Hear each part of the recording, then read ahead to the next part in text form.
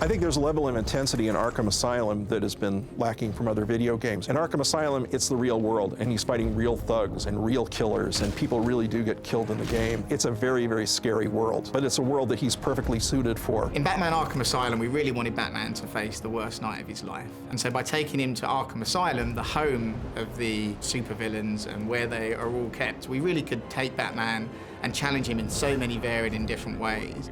You're in this kind of dark universe where you're not entirely sure of anyone's motives. From the very first cinematic, when I saw the picture, it became really clear just how dark this was going to be. We wanted to create a game that was in a dark, gritty environment. Arkham Asylum really lends itself to that. Location and the kind of mood that every Batman fan really wants to play a game in.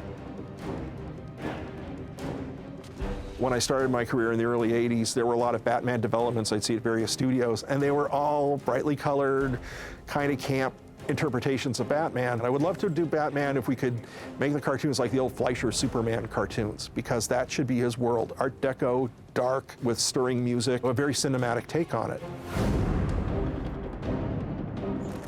Creating art, in the Batman world was something very exciting for all of us. Well, this is a different kind of animation than anyone has seen before. It's a very unique look, and I think the audience is going to get very excited by it. It looks great. Something which is really big in the Batman world is the Gothic. So we try to really kind of push the Gothic elements, the kind of like Victorian era, a lot of like metalwork. Gotham is an East Coast city, and it was built a long time ago, so there are a lot of English and European influences in its design. And that was perfectly captured, and I think that's very appropriate, because Arkham is really bedlam, and it really does have the look of an old madhouse. Inside, there are some very sleek areas, there are some very steampunk-looking areas, but Arkham is really an old mansion.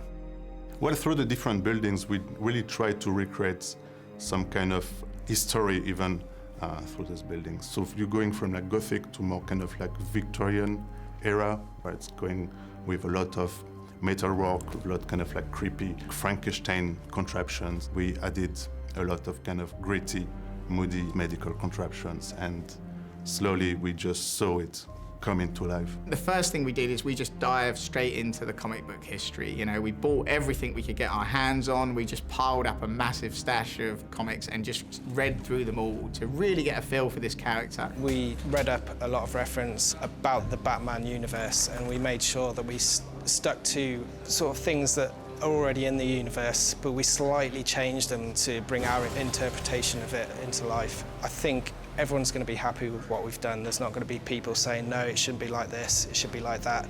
They'll say, yeah, that works. I think it's also got kind of a dual audience. And one way, we're using a lot of elements that maybe the comic book readers wouldn't get, but also we've got a lot of kind of little features in there where big Batman fans would enjoy and be able to spot. But it's also for the people that aren't big Batman fans, and they can also sit back and just enjoy the story. The reason he resonates with audiences so much is because he's got no superpowers. Because he's just a man, he could literally be every man. Okay, he has all the gadgets and the access to technology and perhaps things that your average man wouldn't have, but he is just a man. I don't like it. I think people relate to him so well because he's got that public-private dynamic, that struggle that goes on with him. All of us have a public face and a private face. We all have a private persona that we think, is the world doesn't see.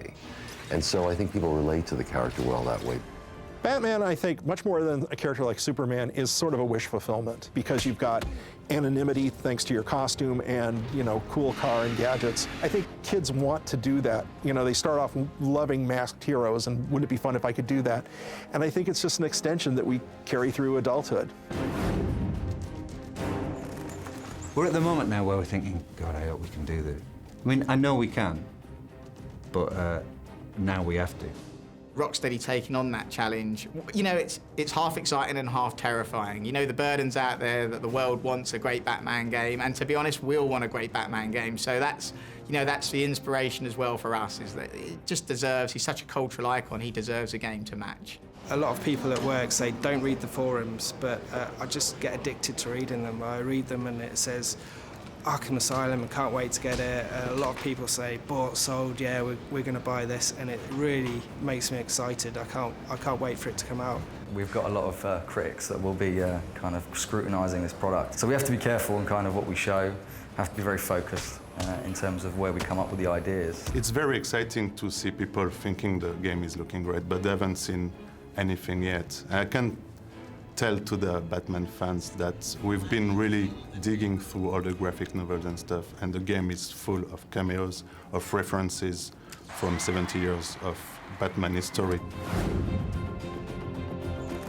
This game has its roots buried really deep in the history of Batman, and that affects all the characters. Well, the great thing about Arkham Asylum as a location is that all of the major villains in the Batman universe have been there at one moment or other over the last, 70 years. So it's very easy to justify why Poison Ivy's there, why Bane's there, why Joker's there. Not so tight, boys. You'll crease the suit. Gotham is a unique city, and it's populated by unique supervillains.